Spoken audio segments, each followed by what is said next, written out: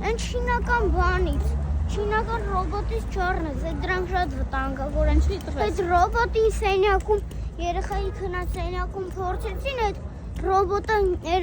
երեխայի ոտքից բռնեց, անեց սենց օդում սրցրեց։ Լուրջ ես ասում։ Ու ձեռը բռնեց ու ուժեղ խփեց գետնին ու սպանեց երեխուն։ Ռոբոտը Մաքս։ Հա, Լուրջ ես ասում։ Երևի բան պրոգրաման կախել էր, թե ինչ էր եղել։ Լավ չեն կառնել ռոբոտ։